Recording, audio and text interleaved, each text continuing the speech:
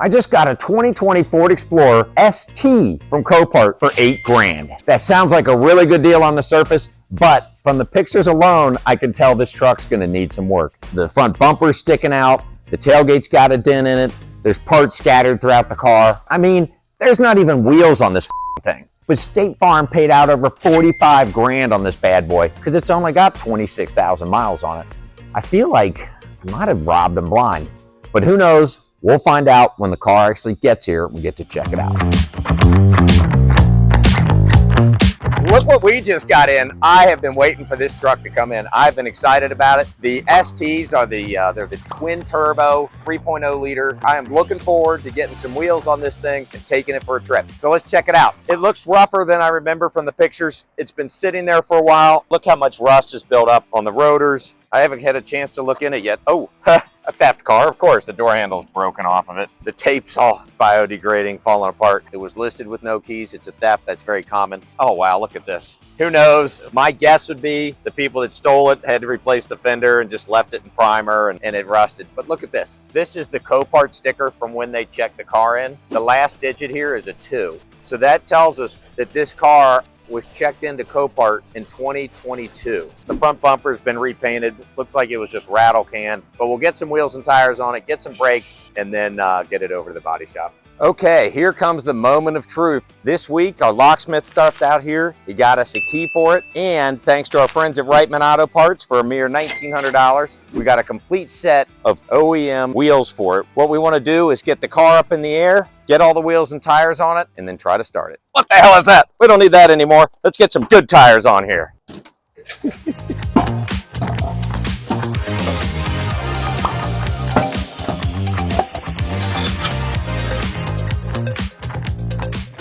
We got all the wheels and tires on it. Let's put it on the ground and try to fire it up. Oh man, this is gonna be awesome. All right, 12.5 volts. Let's see what happens. Well, we do have ignition. It says transmission's not in park. Transmission's not in park. That's a problem. I doubt it's gonna start. If it doesn't think the tranny's in park, they've probably got it in some kind of tow mode. Let's see what happens. It cranked. It hesitated. This thing hasn't been running in a while. All right, we're gonna try it again. Watch your hands. Yeah, baby. Calm down. That doesn't sound right. That's not an engine knock, though. That's something vibrating. Like the exhaust, forklift damaged something underneath the car. Thing sat for 2 years and it just purring right away. I wonder if it'll let me put it in drive. Oh, it will. Let's see if this thing rolls. Well, it didn't make it very far. How about reverse? Nothing. Parking brake off. It's not engaging, that's for sure. Something's up with the transmission. We need to figure that out. This car is a little bit worse than I was expecting. But the miles are good, it does start up and run, that's good. So there is a lot of potential in this one, except it doesn't move. So we got to figure out why it's not moving. Does it need a new tranny? Hopefully it's just stuck in tow mode or something like that. But we might have just found the answer. There's a really big hole in the bottom of the transmission.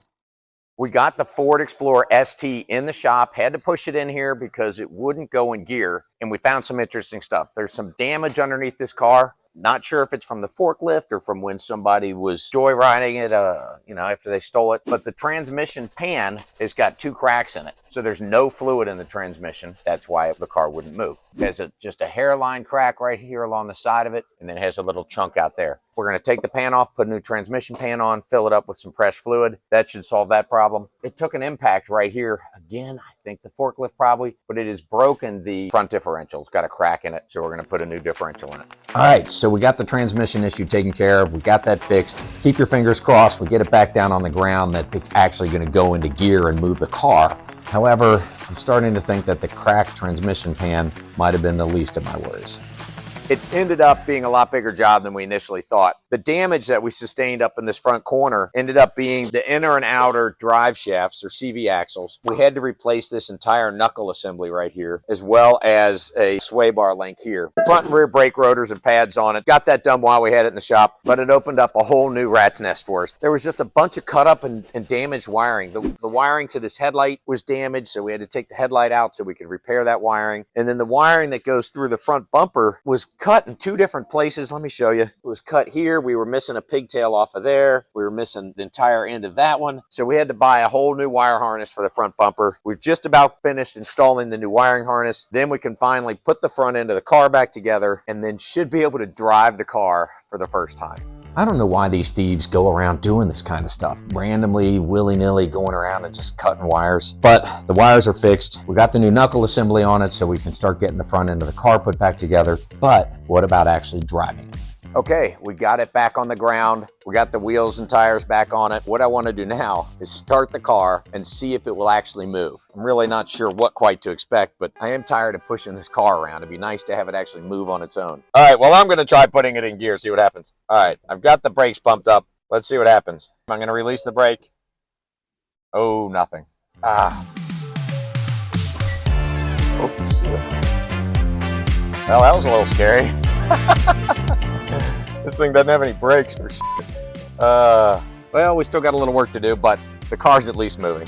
She's finally alive and moving, but not stopping that well. However, that's still a big item we can get checked off the list. Next, let's get it across the parking lot and get some fresh paint on it.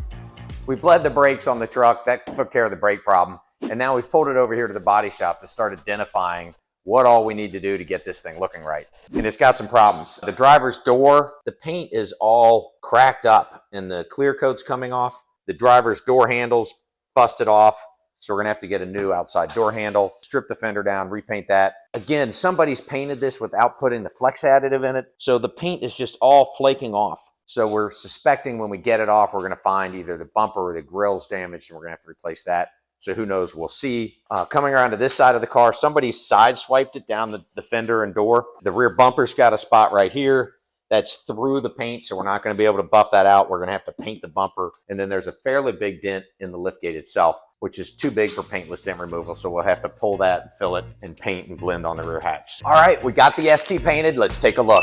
The liftgate had 2 or 3 dents on it. They're all gone. It's looking great. This back bumper had some damage in here. That's been taken care of, looking good. They've got that smoothed out. That looks good. We got this fender, had to strip it all the way down to the bare metal because it was all flaking off. We got that painted. The bumper needs to get painted off of the car, then get the headlights back in it, and we'll be able to drive it again.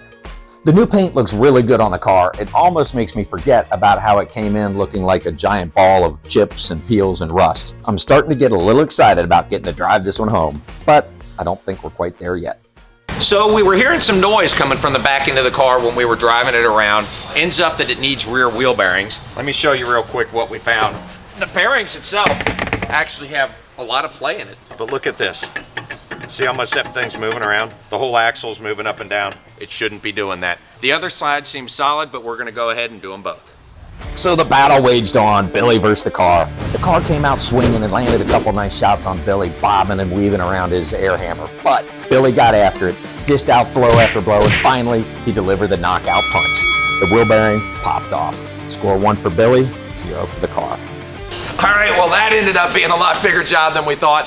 The wheel bearings were like seized into the hubs, but regardless, he got the left and right rear wheel bearings on. That job's done. In the meantime, the master window switch came in. So Billy was able to pop the old switch out without having to take the door panel off. Bam, just like that. There's just one wire on the backside. So we're gonna put in that new master window switch and see if that fixes our problem with the passenger's window not going down from the driver's door. And it's actually working. So that worked out really good. For 87 bucks, we avoided having to deal with any diag, and it ended up being the problem anyway. So we got the windows fixed and now we get to move on. So things are moving right along with getting the wheel bearings installed and got all the windows working properly, but it can't all go smooth. It's time we dive into some of the more technical issues plaguing this rebuild. So while we had it in the shop, Joe went ahead and hooked up the Autel to see why we're getting these codes for the StabiliTrak and for the 4-wheel drive system. And what he found is actually kind of interesting. So this 4-wheel drive control module is actually under the seat. So Joe's got the seat unbolted and tilted back, and he's showing us the wiring pigtail on this thing. When you buy a new pigtail, they come with all the wires, and these are all the extra wires that are in there. They're not in use. They only use like 10 wires. Yeah, and then all the rest are just, They're just stuck, blanks. sticking out. Yeah. So what that tells us is that somebody has already been in here at one point in the past and replaced the electrical connector that goes into the four-wheel drive module. Which is a little interesting. Why had they done that already? Who knows? But we've got our new one. Our friends over at Castrucci Ford just brought over a new one for $300. So we're gonna get the old one out, get this one in there, then they'll have to hook up the Autel and do some programming, and we'll see if that gets rid of the four-wheel drive and StabiliTrak errors that we were having in the instrument cluster last time I drove it. All right, so we brought the car back in the shop. Joe's got it hooked up to the computer. Let me show you what we found. So when we first connected up to it, each one of these green lights represents a computer that is on the car. He did get them just programmed now, so we no longer have our hill assist issue or our pre-collision avoidance. Those error messages are now gone. All we're down to is a rear seat control module, which is not programming. So there's got to be some actual issue with the car, either power getting to that module or that module itself is damaged or the wiring's damaged to it. It looks like we're down to just doing some diagnosis on one of the rear seat computers. Looking pretty good. I'll probably be driving this thing home tonight. Just a little bit of programming goes a long ways. Joe was able to get rid of all the remaining codes by just programming those last couple modules that we'd identified. So I was finally able to get to drive it home and see how it rides. Now I know how the cops are out catching everybody driving these Ford Explorers. That twin-turbo EcoBoost 400 horsepower bad boy inside of this thing is the real deal. I had a lot of fun driving it last night. The good news is none of the codes came back. Put about 60 miles on it and everything's smooth sailing. Rear seat computer ended up being fine. Everything's working back there. So really, we're pretty much finished. We've got this applique here. We just got a new one from our friends over at Castrucci Ford for $74. We got a new applique, so we just got to get that put on there, and then one last overall check, and she's ready to go to detail. We're down to just one rear door applique. After everything we've been through on this truck with the wheel bearings and the paint and the bodywork and the knuckle and the transmission and the bumper and the wiring, all we got left is just this one applique. We get that installed and we're finally ready to send it to get dolled up for the sales lot. All right, we got her back from detail and she is looking sexy. I just love the look of this car. The nice shine we got on it with all the blacked out trim and blacked out accents. Really good looking car. I suspect it won't last long at the sales lot. I'm a little scared to look at the numbers, but it is inevitable. Let's take a look. So I'm glad to finally get this one over to the sales lot. What a cool car. Fun car to drive, fun experience, but man, this thing was a ton of work and it shows up in the numbers. So we ended up having $9,070 into the car by the time we paid all of Copart's fees and storage and everything. And then I spent another $450 getting it transported down here from the Motor City. But that was just the beginning. The labor on it alone was just brutal. We had $2,600 in labor here on the mechanical side. I had another $1,700 in labor over in the body shop. $4,300 just in labor alone. And that's more than I usually have in the entire car. And that's nothing compared to the parts. The parts, we spent $10,400 on parts. That's insane. So regardless, all said and done, we ended up having $24,300 in this car, which is just brutal. But we got it all done, got it over to the sales lot. My sales manager's already calling me, telling me that he's got people lining up, phone's ringing off the hook. He's going to have this car sold within 24 hours. Maybe I priced it wrong. I put it out there at $27,995, which gives us $3,700 in contribution margin, which clearly I've got something a little off. I'm not sure if I didn't book it out right or if I missed something on the build sheet. Let me know what you think in the comments. What should I have priced this thing at? Why do I got a line down the street on this car? If you like this kind of content, please be sure to like and subscribe. Thanks for watching to the end. I'm Matt Ryan, and this is another episode of Northern Kentucky Auto.